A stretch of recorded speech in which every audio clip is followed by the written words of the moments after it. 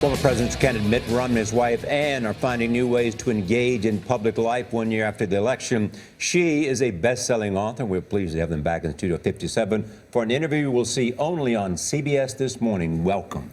Thank you. Thank you. Governor, I said to you, where are you going to hang your hat now? And you said you're going to do some business with your kids and also talk about the Republican Party, which we want to talk about.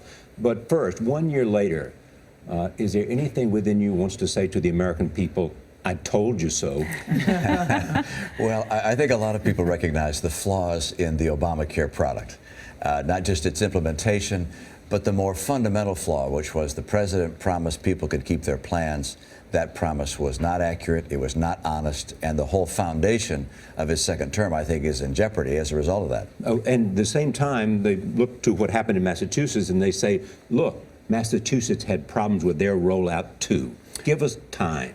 Well, actually, the real problem with the president's plan is not just the rollout. That's the implementation and glitches of various kinds. It should have been done better, but it wasn't. But the real problem that the president has is a broken promise, is dishonesty. And that's, of course, what's really striking at the heart of his term. It's more that than bad management. Sure.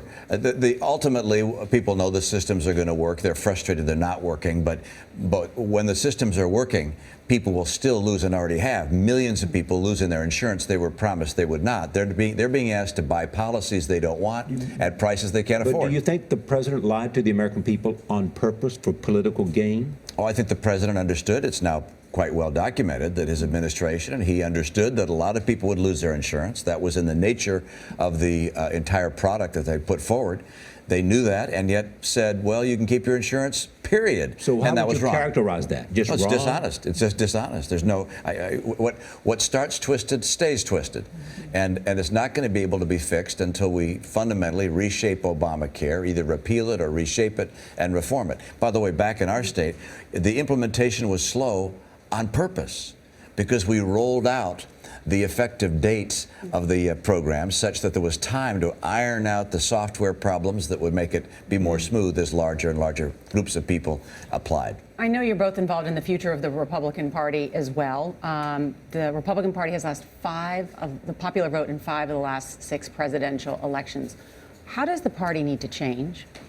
Well, the party needs to nominate people who we think have the best prospect of winning, and we have to do a better job communicating our message to the broader number of folks than we have in the past. The place that my campaign and I fell short was probably in being able to speak openly and effectively to minority populations. We didn't get as many African American voters as we should have, didn't get as many Hispanic voters as we should have, and by the way, across the board, we need to do a better job explaining why it is that our policies will lead to higher wages, better health care, and better schools. So do you now favor an immigration proposal, something in the next 14 months? Would you say now the Republican Party, the House of Representatives, Speaker John Boehner, should put forward an immigration plan that provides a pathway to citizenship? I am absolutely convinced that the Republican Party must deal with immigration, and I do believe that those who've come here illegally ought to have an opportunity to get in line with everybody else. I don't think those who've come here illegally should jump to the front of the line or be given a special deal,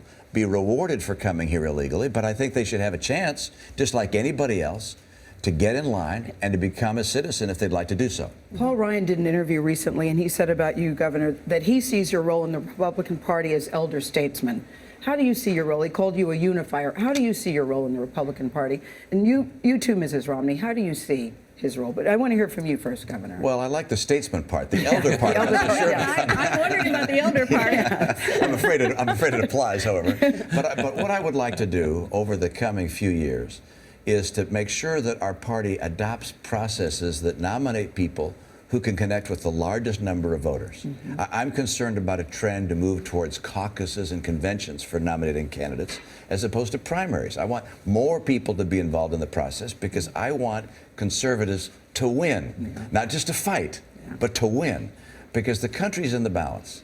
I'm very concerned that on everything from health care to education to debt policies and spending, we're on a track which is making America weaker.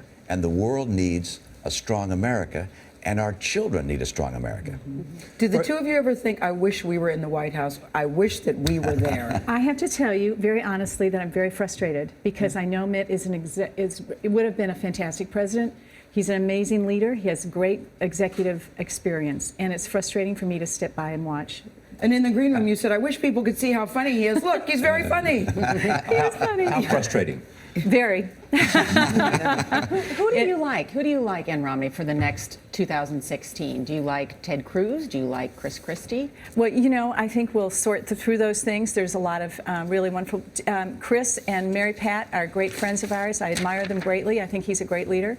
Paul Ryan, we adore. You know, and I don't even know whether he'll run. I'm not sure even who is going to be running. But And Jeb Bush. I mean, will he get in or not? But you know what? I really Governor feel, Romney? You know, it was a fabulous experience. I loved it. But look at that. But we're not doing that again. But there are reports that you were reluctant to win, that other people in the family were more in favor of it than you were. Well, you know, this for me was not about, hey, I want to be president and have the Secret Service around and live in that big White House. This for me was about making sure that we could get the country on the right track.